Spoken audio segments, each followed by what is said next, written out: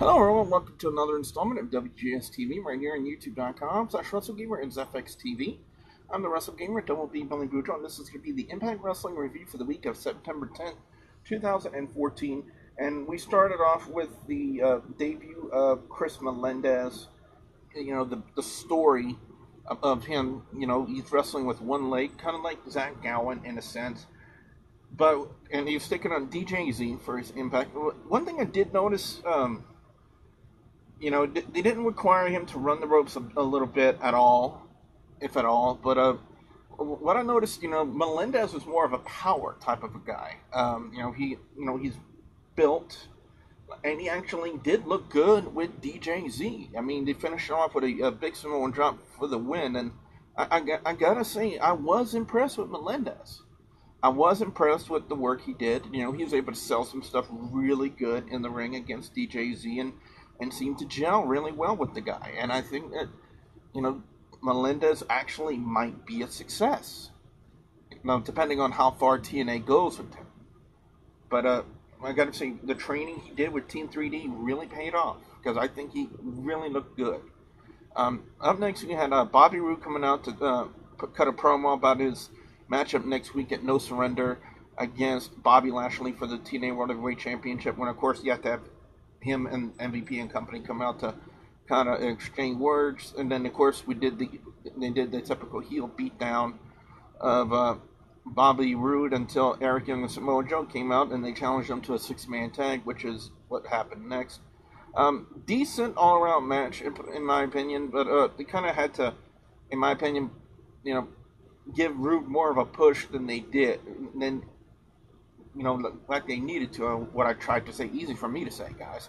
And I'm the one doing the review.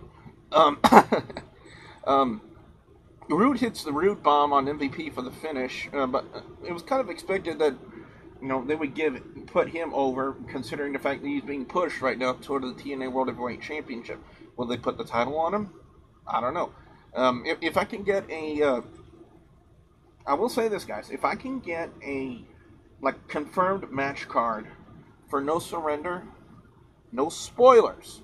I mean, confirmed match card. Like what matches are going to be taking place that night. I'll try to do a predictions video for that. I will not do a spoilers video. I will not look at spoilers. That's out of the question. Up next, which was very interesting, the Bromans and Velvet Sky taking on Nux, Crazy Steve, and Rebel of the Menagerie. At one point, Crazy Steve decided to plant a lip lock on Velvet Sky, and all I'm thinking is, God, I wish I was a clown. Sorry about that. I was just out there. But Velvet Sky rolls up Rebel and has a hold of her tights, and I think she might have done a little bit too much, because she does a yank and has to yank back down, because she might have exposed the crack of Rebel. And I'm sorry, my mind went out there again. I apologize. But that's how they picked up the match. Kurt Angle then calls out EC3 for his reputable actions as of late when it pertains to Rhino and Rockstar Spud.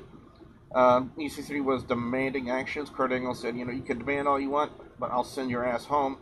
And EC3 said, you know what? I'm here. I don't want to go home. And fine, then you're going to be in a street fight against Rhino, which was really good. They're really starting to work these two together.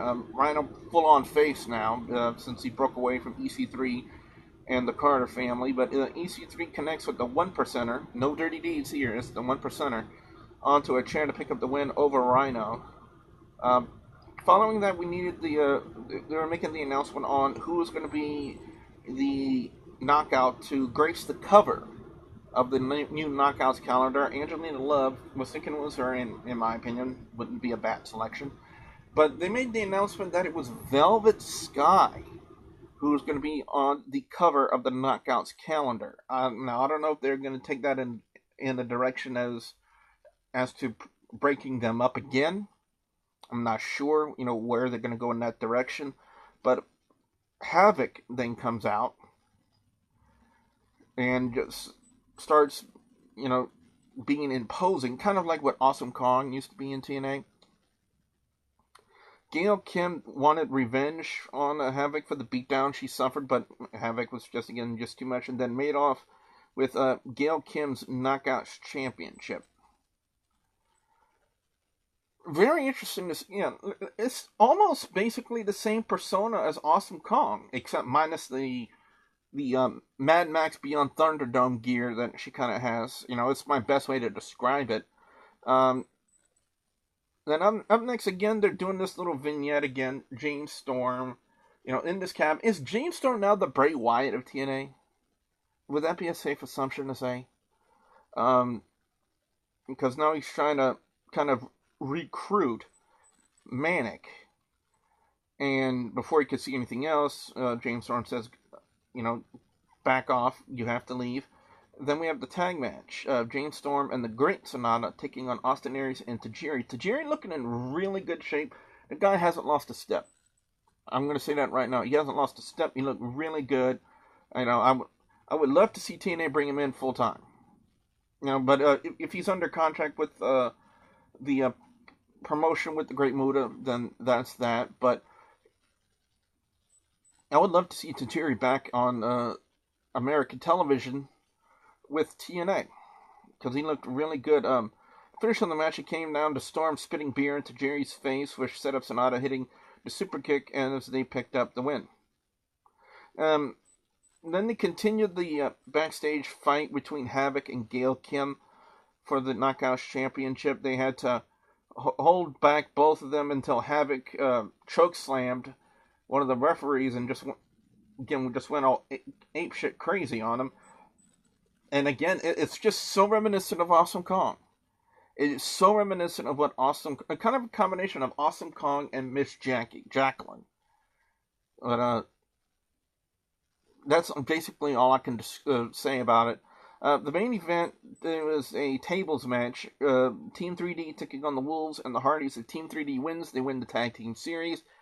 But I kind of didn't think that they were going to end it right there. Only after 2 matches, especially after how well these 3 teams worked together the first time. They have to extend this. They have to play this out to its fullest potential. Now, how far they will go with the stories, with the story being out there that Bully Ray is no longer a part of TNA, I don't know.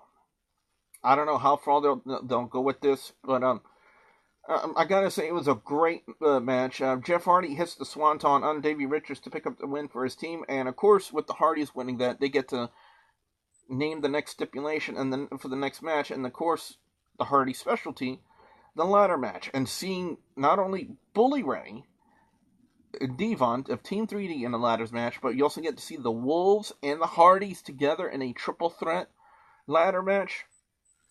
I gotta say, minus Edge and Christian, this has just got the makings for a classic. And I'm really looking forward to what they do with them. So, my overall score in Impact Wrestling this week is going to get a solid 3 out of 5. I was really entertained. There were some points I was like, huh? I was impressed with Chris Melendez. I was impressed with him, with his handicap. He doesn't really show that much of a handicap. It was really well done. I was very impressed with what he did. And I think he's got a bright future. Best match of the night, it's gonna go to the tag team tables match with the Hardys, the Wolves, and Team 3D, just like what they did a couple of weeks ago, showing why tag team wrestling is so good. What makes tag team wrestling great? They define tag team wrestling. Worst segment of the night, I'm going to change it to confusing segment of the night.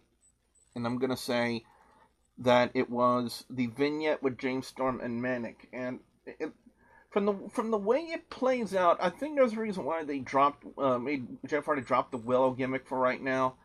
Because if you think about it, they're in a cabin in the woods. Where was some of Willow's promos and his vignettes based? In a cabin in the woods. So I think they would probably say that there were too many similarities when it comes to the vignettes between the Willow character and what they're doing now with James Storm, Sonata, and Manic now supposedly. I don't know what they're going to change it to, But that's the kind of the way it's kind of been playing out. So that's why I'm going to go confusing segment of the night. So with that being said, guys, what I want to know now from you guys out there, the viewers and subscribers, your thoughts on Impact Wrestling this week. What are your overall scores? What are your picks for best and worst match or segment of Impact Wrestling this week? Definitely want to know what you guys have to say. Be sure you put your comments in the comment section below. Don't forget to like and favorite this video. Don't forget to follow me on the Facebook page, facebook.com/WGS-TV, excuse me. And don't forget to please subscribe to youtube.com/WrestleGamer and youtube.com/ZFXTV Network if you haven't already. So with that being said, I'm the WrestleGamer, Double B Belly Boudreaux, saying thank you very much for watching.